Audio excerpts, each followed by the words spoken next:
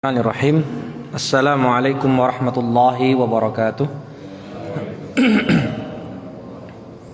Alhamdulillahi rabbil alamin wa bihi nasta'in wa ala umurid dunya waddin wa sallallahu ala anbiya'i wal mursalin sayyidina Muhammadin wa ala alihi wa ashabihi ajma'in, amma ba'd.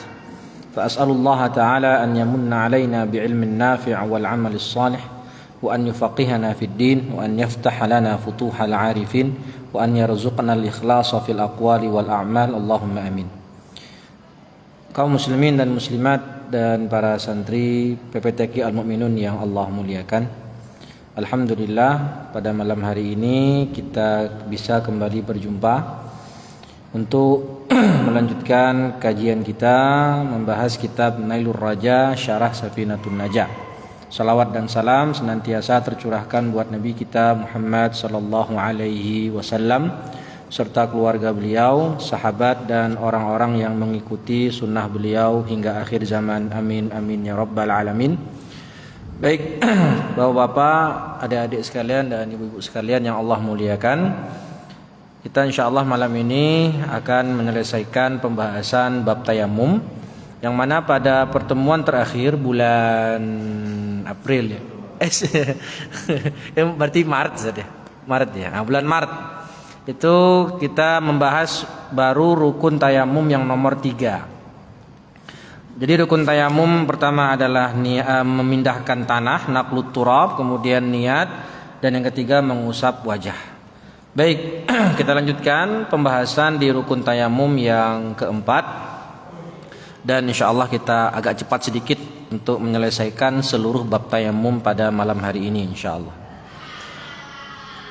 Niat yang keempat lagi. Rukun yang keempat dari rukun-rukun tayamum adalah mengusap kedua tangan sampai mirfaqain, sampai siku, qiyasan 'alal wudu ya, sebagaimana kalau kita wudu itu membasuh kedua tangan, maka saat tayamum juga membasuh kedua tangan sampai siku. Karena yang namanya tayamum adalah badal dari wudu, maka yang namanya badal pengganti itu harus sama dengan yang diganti.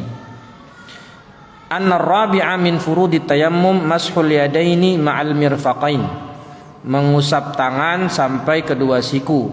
Wal qadim annahu ilal ku'ain wa ikhtarahu an-Nawawi. Lah, pendapat resmi mazhab Syafi'i itu kalau tayamum mengusap tangan sampai kedua siku, itu pendapat resmi. Tapi pendapat qadim, pendapat yang lama itu cuman sampai pergelangan tangan. Karena hadisnya lebih kuat. Hadisnya itu dari Sahihain, Bukhari Muslim. Sedangkan kalau mengusap sampai siku itu hadisnya kalau tidak salah derajatnya mauquf. Ada yang bilang mauquf, ada yang bilang marfu', tapi yang lebih dikuatkan marfu'. Jadi kalau dilihat kekuatan dalil itu lebih kuat sampai cuman sampai kursu', ya, cuman sampai sini pergelangan. Makanya wallahu alam, seingat saya pendapat 3 madhab yang lain selain madhab Syafi'i itu cuman sampai pergelangan tangan. Tapi madhab Syafi'i pendapatnya lebih mengedepankan sampai siku. Bukan Imam Syafi'i berarti nggak tahu hadis yang tadi, ya. Cuman banyak dalil lain yang menjadi pertimbangan, seperti ya tadi kalau wudu itu sampai siku, maka tayamum pengganti wudu, maka tayamum itu harus seperti wudu. Dan pendapat yang cuman sampai pergelangan ini pendapat yang dipilih oleh Imam An-Nawawi karena menurut beliau hadisnya lebih kuat. Nah, sekarang tata caranya, nggak usah saya baca kelamaan. Tata caranya itu kan panjang di sini. Saya praktekkan saja. Kalau tata cara kita, yang orang awam ya gini ya, nah, tangan, kok tangan dulu, salah. Ya tangan dulu ya, wajah dulu, tepuk dulu, kemudian wajah, kemudian baru kedua tangan sampai. Gimana kalau habis ini sekali wajah, kemudian kayak gini ya, biasa ya, nah, kayak gini. Tapi cara yang diajarkan ulama Syafi'iyah baik dalam kitab Nailur Raja maupun kitab Al-Imta itu gini caranya. Nah. Mana yang duluan? Tangan apa kanan apa kiri? Kanan. Nah, ini diginikan. Ini bahasanya apa Ustaz? Ruas jari ya. Nah, gini. Ini Pak ya. Sekali aja. Nah, pertama gini. Jadi ambil dulu tanah. Kemudian basuh, mengusap wajah, kemudian tangan lagi. Nah, ini. Jalankan ke bawah. Setelah sampai sini, putar ke sini. Ingat, jempolnya jangan ditempel, jempolnya diangkat, jempol. Jadi yang mengusap ini aja bagian sini. Yang ini jangan, nanti. Jadi gini. Tarik sampai ke siku. Baru ditekan, jempol tetap tidak menempel. Tarik, kemudian baru ketemu jempol lagi. Yang kiri juga begitu. Gini. Baru bagian telapak tangan megang yang bawah. Tarik. Nah. Ini cara yang disunahkan. Supaya apa? Supaya terjadi isti'ab.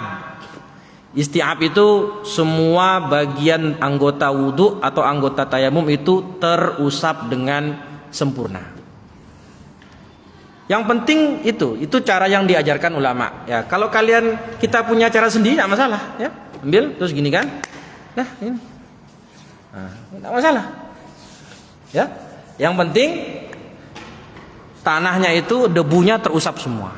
Dan kalau mau pakai pendapat Nawawi juga boleh. Ambil wajah terus tangan, gini aja. Tidak masalah. Ya. Sudah. Sekali aja. Tayamum itu cuma sekali. Makruh mengulang-ulangnya. Oke, itu cara mengusap kedua tangan sampai siku dengan bertayamum. Kemudian yang kelima, yaitu tertib di antara usapan. Wal makna at-tartibu baina mashil wajhi wa mashil yadan. Jadi urutannya itu antara wajah dan mengusap kedua tangan. Sawa'un kana an hadatsin asghar au akbar. Baik dia bertayamum karena hadas kecil ataupun hadas besar. Falau lam yurattib bi an masahal yadaini thummal wajha sahha mashul wajhi faqat wala yajibu tartib bainan naqlaini lakinnahu yusan.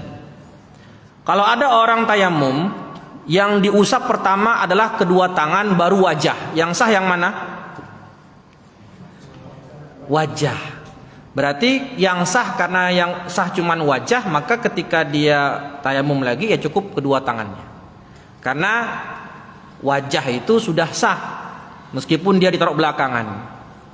Yang sah wajah, yang enggak sah adalah mengusap kedua tangan. Sebagaimana kalau wudu, kita balik ya, wudu kaki dulu, kepala, tangan, wajah.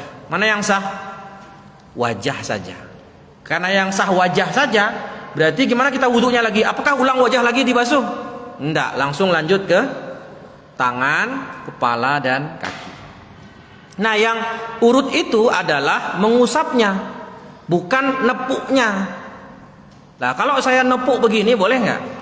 Saya tepuk tangan kanan dulu, tangan kiri, atau bareng-bareng. Nah, oke.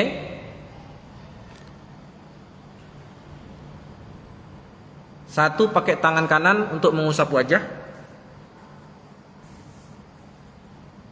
yang kiri tangan kanan. Selesai belum? Belum. Ambil lagi. Baru. Atau gini, nggak urut nih contohnya. Tangan kanan dulu, baru tangan kiri. Kanan, kiri. Terus yang dipakai duluan mengusap kiri. Terus yang tangan kanan untuk tangan kiri. Terus gini lagi. Kebalik, nggak masalah. Karena kiri kanan itu kan sunnah, tidak rukun. Jadi yang urut itu adalah mengusap antara wajah ke tangan, baru urut. Tapi kalau nepuk, sedangkan naklain atau memindahkan tanah itu tidak harus urut. tapi hanya disunahkan. Naam, sahal tayamum insyaallah sahal. Nah, sekarang baru kita masuk ke pembahasan sunnah-sunnah tayamum. Sebagaimana wudu ada sunnah, tayamum juga ada sunnah. Pertama, sunnah yang disebutkan di sini adalah siwak. Bersiwak. Tayamum aja ada siwaknya. Pertanyaannya, menyiwaknya kapan? Bersiwaknya sebelum tayamum, sebelum memindahkan tanah, sebelum nakal turab. Ya, nggak pakai air, nggak ada air. Berarti pakai siwak aja, gitu. Iya, enggak lah. Gitu, coklat nanti gigi kita. Siwak kan bisa kita basahkan dengan ludah. Ya, pernah bersiwak? Gimana basahinnya? Pakai ludah cukup kan? Pakai ludah, terus diludahin, dibasahin dikit, diimut gitulah, diimut terus baru. Ya. Gimana cara bersiwak yang benar? Gini. Itu sikat gigi. Gimana? Iya, yang sini itu atas bawah. Nah, yang dalam baru dia agak.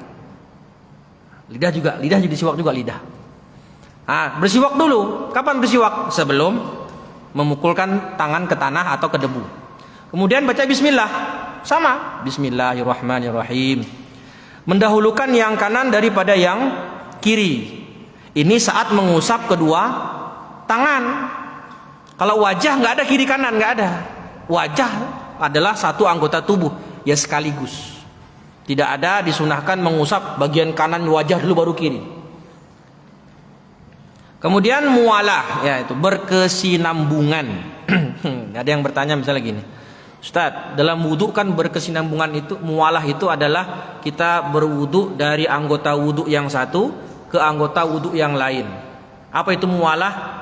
Sebelum mengering anggota wudu yang satu, kita sudah membasuh anggota wudu yang kedua, kan begitu mualah. Jadi kita ketika membasuh wajah, sebelum wajah ini mengering, kita sudah langsung basuh tangan kanan dan basuh tangan kiri. Itu wudu. Tapi kan sunnah mualah. Lah, mbok tayamum apanya yang kering? Tayamum nggak ada kering-keringnya, emang kering. Gak ada basah-basahnya, emang kering. Kata ulama, maksudnya mualah dalam tayamum itu kalau dikira-kirakan, kalau dibayang-bayangkan itu adalah air berwudu. Gitu. Jadi dikira-kira. Jadi dalam tayamum juga disunahkan mualah sebagaimana wudu. Wa yuqaddarul mamsuh maghsulan. Jadi seakan-akan ketika kita tayamum, meskipun sedang mengusap, tapi dibayangkan kalau itu seperti berwudu. Nah, kira-kira berapa lama keringnya itu kalau dengan air? Ya, kalau dibayang-bayangkan. Kemudian takhfif, apa bahasa Indonesia takhfif itu? Menipiskan debu. Jadi ambil debu, bisa kita ginikan biar tipis atau ditiup atau ditepuk sebentar, kemudian baru diusap ke wajah.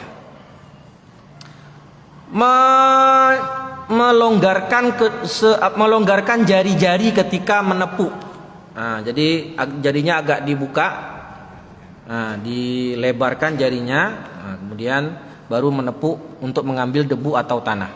Menghadap kiblat saat tayamum, seperti juga wudu. Wa kullu ma yumkinu maji'uhu huna min sunanil wudu ghaira at-tathlis. Jadi beliau sebutkan di sini secara umum, sunnah-sunnah yang ada pada wudu itu hampir semuanya juga berlaku saat tayamum, kecuali melakukan tathlis, yaitu meniga-kalikan. Ya, karena tayamum tidak ada 3 kali, cuman 1 kali. Ada lagi yang nggak ada di tayamum, apa itu? Kumur-kumur dan istinsyak, nggak ada tayamum itu. Mau pakai apa kumur-kumur? Pakai tanah. Nggak ada istinsyak. Atau tamat madha juga tidak ada. Tapi secara garis besar, semua yang disunahkan saat bertayamum juga wudu juga disunahkan untuk di dalam tayamum. Doa disunahkan nggak doa? Habis tayamum, Allahumma ja'alni minat tawwabina waj'alni min ibadikas salihin waj'alni ya min ibadikas salihin atau asyhadu an la ilaha illallah wahdahu la syarikalah wa asyhadu anna Muhammadan abduhu wa rasuluh. Kalau wudu doa itu kan ya. Kalau habis tayamum doa juga enggak? Sama. Doa juga. Disunahkan juga berdoa setelah tayamum. Oke. Nah, sekarang pembatal tayamum. Nah, ini ada yang berbeda sedikit dari wudu. Dari pembatal tayamum. Ada 3. Ya, ada 3.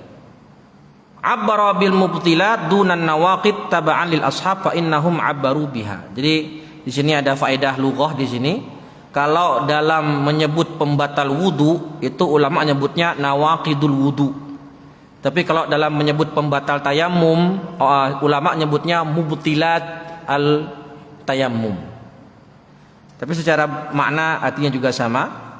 Wal ma'na annal asya' allati yabtulu tayammum biwujudi wahidin minha thalathah wa sata'lam mimma sanadhkuruhu annaha akthar. Jadi yang disebutkan sama penulis Safinatun Najah itu cuma 3. Pembatal tayamum cuma 3. Tapi kalau di penjelasan oleh Syekh Ahmad bin Umar Asy-Syatiri itu ada lebih dari 3. Ya. Nah, apa saja yang pembatal tayamum itu? Yang pertama, segala sesuatu yang membatalkan wudu. Jadi kalau kita habis tayamum kemudian kentut atau kencing atau menyentuh wanita yang bukan mahram atau memegang kemaluan, maka tayamumnya batal sebagaimana wudu. Ai husulu syai'in min nawaqidil wudu as-sabiqah. Terjadi sesuatu dari pembatal-pembatal wudu yang sudah kita pelajari sebelumnya. Hadza in tayammama 'anil hadatsil asghar. Ini dia batal kalau dia bertayamum untuk hadas kecil. Saya mau tayamum, mau wudu nggak ada air, tayamum. Saya berhadas kecil. Ya, habis berhadas kecil saya tayamum, mau wudu nggak ada air kemudian tayamum. Habis saya tayamum sebelum sholat kentut. Masya Allah. Gimana solusinya? Tayamum lagi. Nah, sekarang kalau ada orang junub, janabah, hadas besar, orang yang mimpi basah misalnya, dia wajib apa? Mandi. Mau mandi, nggak ada air. Mau mandi, nggak ada air. Waktu sholat masih lama. Oke. Misalnya kayak Ramadan kemarin ya, dia nggak pengen menyia-nyiakan waktunya sedikit pun tanpa beribadah. Insyaallah. Dia tidur habis subuh, bangun-bangun jam 8 pagi. Pas bangun lihat, Masya Allah, basah. Junub. Astagfirullah, junub.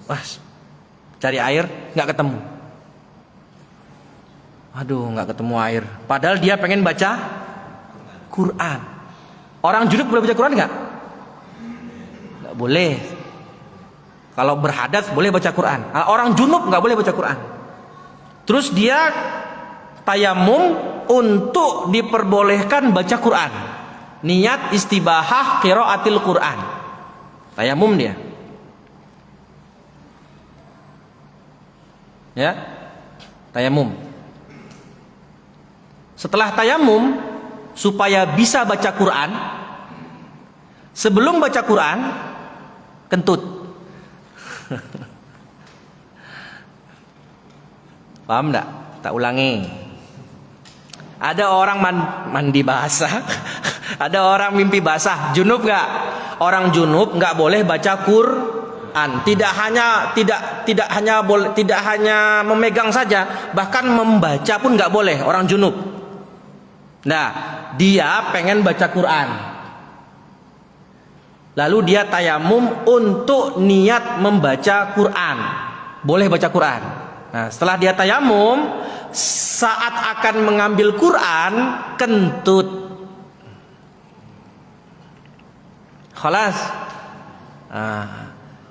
Kalau begitu dia masih boleh baca Quran apa enggak? Boleh. Karena berhadas kecil, Ustaz. Mantap. Masalahnya dia berhadas kecil nggak boleh nyentuh mushaf. Jadi orang yang berhadas besar nggak boleh baca Quran, nggak boleh nyentuh mushaf. Berhadas kecil boleh baca Quran, nggak boleh nyentuh mushaf. Lah dia sudah boleh baca Quran, tapi dia berhadas kecil, nggak boleh megang Quran. Gimana caranya biar boleh megang Quran lagi? Tayamum lagi. Tapi tayamumnya untuk mengangkat hadas kecil. Contoh lain.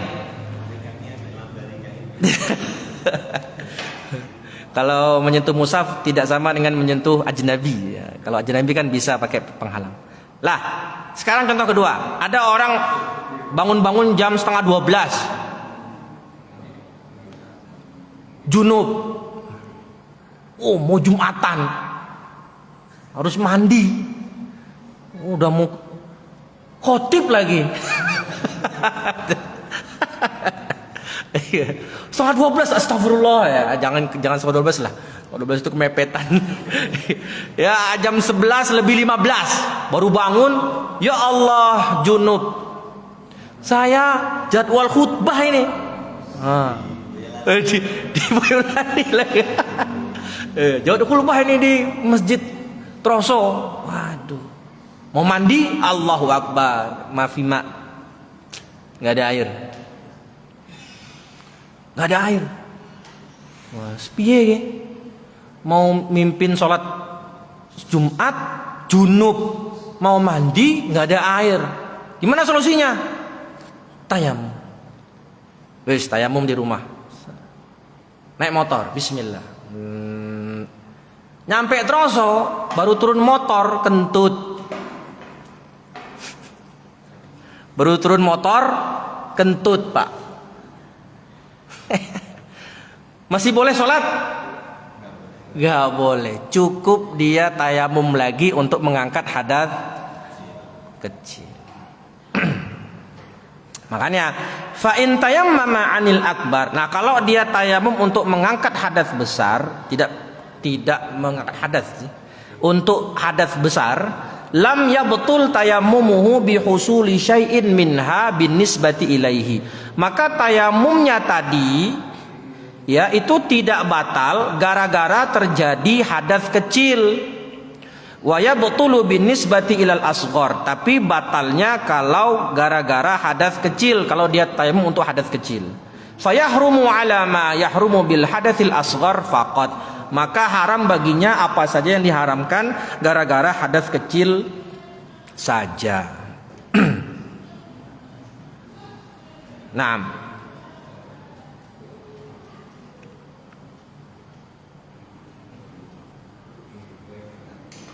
Kalau ada tadi contoh berikutnya nih, ada orang mau sholat Jumat, junub, tidur bangun-bangun junub, terus dia tayamum untuk mandi, untuk hadas besar, tayamum untuk hadas besar, terus jadi khotib boleh nggak? Jadi khotib boleh nggak? Boleh. Karena kalau hadas besarnya sudah ditayamumkan, maka otomatis dia sudah boleh melakukan hal-hal yang hadas kecil, yang diharamkan hadas kecil. Boleh dia khotib. Habis dia khotib, boleh sholat langsung nggak? Nggak boleh, tayamum lagi. Ya, karena tayamum hanya berlaku untuk satu ibadah fardu saja. Kedua, murtad. Masya Allah. Kok iso-iso nih tayamum murtad ya? Murtad itu memutus Islam baik secara hakiki maupun secara hukmi. Nah, maksudnya apa? Secara hakiki itu keluar dari Islam atau memutus Islam secara hakiki bi an sadara mimman yasihu talaquhu. Kalau kalimat murtad itu terjadi keluar dari orang yang baligh, berakal dan mukhtar. Baligh, berakal dan mukhtar, tidak dipaksa. Lah, contoh murtad yang hukman atau hukmi bagaimana? Anak kecil yang belum baligh mengucapkan kata-kata kufur. Anak kecil yang belum baligh, umur 8 tahun, 9 tahun, mengucapkan kalimat kufur. Murtad nggak? Murtad nggak? Murtad secara hukman. Maksudnya apa secara hukman? Artinya kalau dia tadi tayamum terus mengucapkan kata-kata kufur, tayamumnya batal, tapi tidak terkena hukuman had riddah. Nggak. Yang terkena hukuman had riddah itu yang kalau hakiki, yang mengucapkannya orang baligh, berakal, sekaligus tidak dipaksa alias sukarela. Tapi kalau ada anak kecil habis tayamum kemudian murtad, maka itu murtadnya murtad hukman atau hukmi, hanya batal tayamumnya saja, tapi tidak terkena hukuman had riddah atau hukuman had bagi pelaku murtad, yaitu hukuman mati.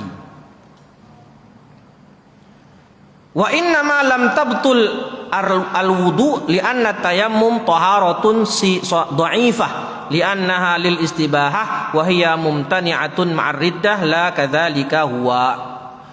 Lah, kalau wudu itu tidak membatalkan dengan murtad, enggak. Tadi subuh salat subuh alhamdulillah. Jam 8 entah kena apa murtad, astagfirullah.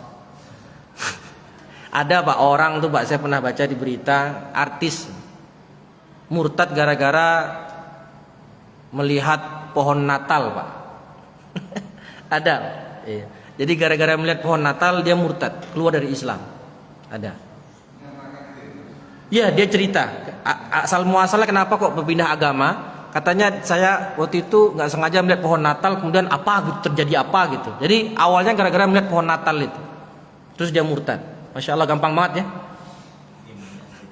Imannya setipis tisu. Iya. Iya, dia akhirnya masuk mengucapkan kalimat kufur, ya pindah agama ke agama lain. Nah, sekarang contohnya tadi jam 4:30 dia sholat subuh. Ya. Dia nggak kentut, nggak apa, nggak melakukan pembatal wudhu sama sekali. Jam 8 dia murtad, astagfirullah waliyadzubillah. Kemudian jam 11 ketemu sama seseorang, ketemu sama ustadz misalnya, nasihatin, kamu tuh sadar. Masuk Islam lagi. Jam 11:30 insaf, taubat, masuk Islam lagi. Masya Allah, alhamdulillah. Terus selesai masuk Islam lagi, azan zuhur, Allahu Akbar, Allahu Akbar. Wah, masih ada wudhu nggak? Masih. Soalnya apa? Nggak kentut, nggak apa, nggak melakukan pembatal wudhu sama sekali. Cuman tadi dia murtad. Lah, wudhunya masih ada, masih. Ya wes, kita langsung sholat aja. Kembali login bahasa sekarang ya Pak ya. Ya, login bahasa sekarang. Gak apa-apa. Jadi lah, kalau tayamum itu kok bisa membatalkan kalau murtad kok bisa membatalkan tayamum Ustaz, kalau wudu enggak? Karena tayamum itu bertoharoh yang dhaif, yang lemah, yang hanya istibahah, pembolehan ibadah, tapi tidak mengangkat hadas. Lah tidak ada yang namanya pembolehan bagi orang murtad. Gimana mau membolehkan orang ibadah kalau dia sendiri sudah murtad? Beda dengan berwudu. Yang ketiga, tawahum. Tawahum di sini kalau dalam usul fikih kan dia lebih kecil daripada syak. Adalah taraful marjuh. Kalau dzan itu taraful rajih. Syak itu sama. Jadi tawahum di sini mencakup dzan kemungkinan besar, mencakup syak ragu-ragu, dan mencakup tawahum kemungkinan kecil. Nah, ini saya jelaskan saja agak cepat. Kita kalau habis tayamum karena tidak menemukan air, ya, tayamum karena tidak menemukan air, terus sebelum kita sholat lihat air, maka hukum tayamumnya batal. Itu jelas. Karena kita belum sholat, baru mau sholat, hujan, jebret. Nah, kayak kayak kemarin itu hari Rabu tadi ya, Kamis. Itu hujan deras banget, subhanallah. Padahal siangnya panas, masya Allah. Tidak ada tanda-tanda mau hujan. Tahu-tahu baru jarak 20 menitan, buer gitu. Deras banget. Dan lama lagi ya. Nah, kayak gitu. Kita pertama mau wudhu nggak ada air, tayamum. Setelah tayamum, sebelum sholat hujan lebat. Wah, lihat air. Maka tayamumnya batal. Baik melihat air kelihatan jelas ataupun melihat air fata morgana. Dari jauh ketoke ada air. Wah, fata morgana. Ada air kelihatannya. Pas ke sana, teng dong zong. Tayamumnya batal apa enggak? Batal. Jadi meskipun menyangka, wah ada air, kelihatan ada air. Wah kesana, oh zong, fata morgana. Tapi tadi kan lihat ada air ya, seakan-akan ada air. Nah tayamumnya batal. Kan ternyata zong Ustaz, meskipun zong, tapi tadi kamu melihat seakan-akan ada air. Batal.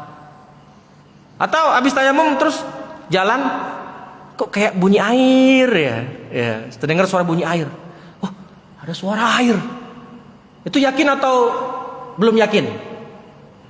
Belum kan? Karena belum lihat airnya, tapi kedengaran suara air jelas di telinga. Apa itu? Suara air. Pas menuju sumber suara dilihat, ternyata radio. Atau ringtone, isi ringtone-nya bunyi air.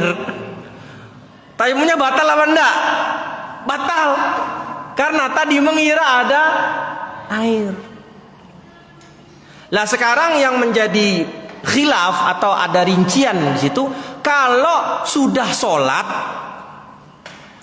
lihat air, nah sholatnya diteruske atau batalke? Nah itu bener nggak bisa jawab saya?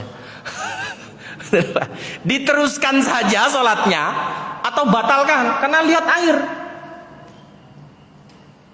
Nah, jadi rinciannya, kalau kita sebelum sholat melihat air, baik secara yakin maupun ragu-ragu atau kemungkinan besar, maka tayamumnya auto batal.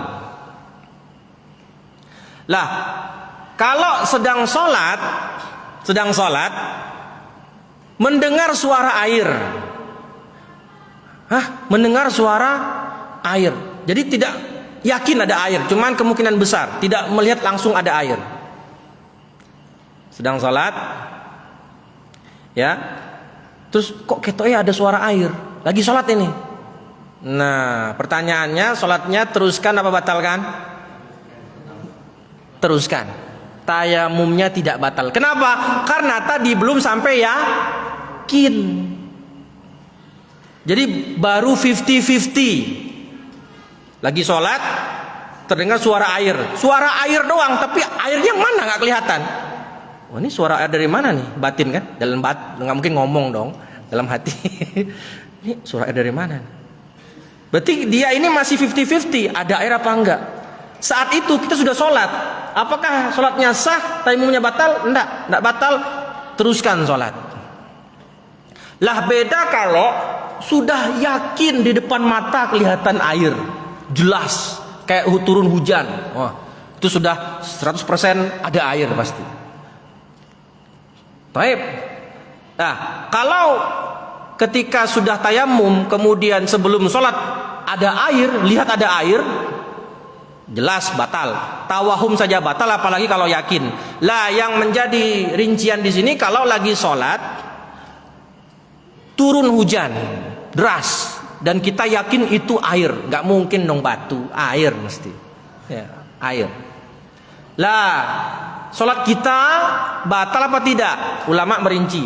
Kalau sholatnya itu, bukan sholatnya, kalau tayamumnya di tempat yang kemungkinan besar tidak ada air, ya, seperti dia tayamum di padang pasir atau saat safar atau saat naik gunung yang memang saat itu di gunung susah ada air, maka dia tayamum di situ. Tempat itu kemungkinan besar jarang ada air. Kemudian dia tayamum, habis tayamum dia sholat. Lagi sholat hujan gede turun.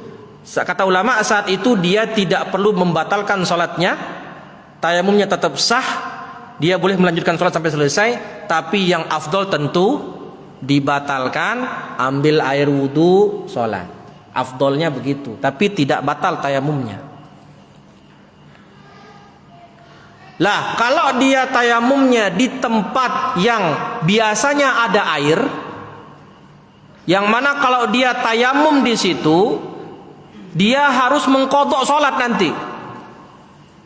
Maka ketika dia sudah sholat, hujan turun dan dia tayamumnya di tempat yang umumnya ada air, seperti di tidak saat safar atau di perkotaan, maka dia wajib membatalkan sholat karena tayamumnya batal. Meskipun dia tadi pertama tayamum. Nah, ini semua kalau tidak ada penghalang. Saya sholat, saya di sini sholat. Di sini tempatnya biasa ada air atau biasa nggak ada air? Biasa ada air. Suatu saat nggak nemu air, kering, nggak ada air. Tidak, saya tayamum. Bismillah, tayamum. Kemudian saya sholat. Allahu Akbar. Pas lagi sholat, dengar hujan. Ya, dengar hujan. Sholat saya batal apa enggak? Batal, karena saya berada di tempat yang biasa ada air. Nah, sekarang saya mau sholat tayamum, nggak ada air, tayamum.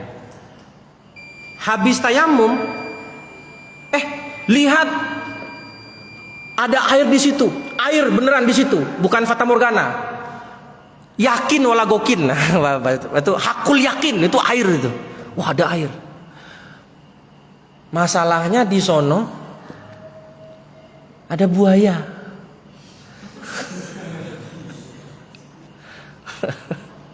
Ini saya tayamum di tempat yang biasanya ada air. Tayamum. Ada air, pas mau ke sana, astagfirullah, buaya, ada buaya.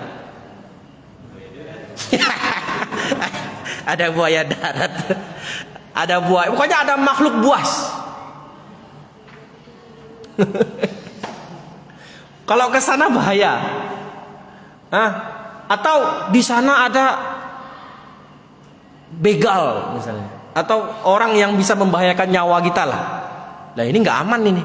Memang di situ ada air, nyata-nyata ada air, tapi di situ ada penjahat yakuza misalnya. Wah, ntar aku kalau ke sana wudhu, yang ada nyawaku melayang atau hartaku diambil. Apakah batal tayamumnya? Enggak. Kan ada air, Tat. Ya ada air, tapi di sana ada bahaya. Yang kalau saya ke sana mengancam jiwa, maka ada penghalang. Ada penghalang. Atau tayamum, lihat ada air. Wah, ada air segini.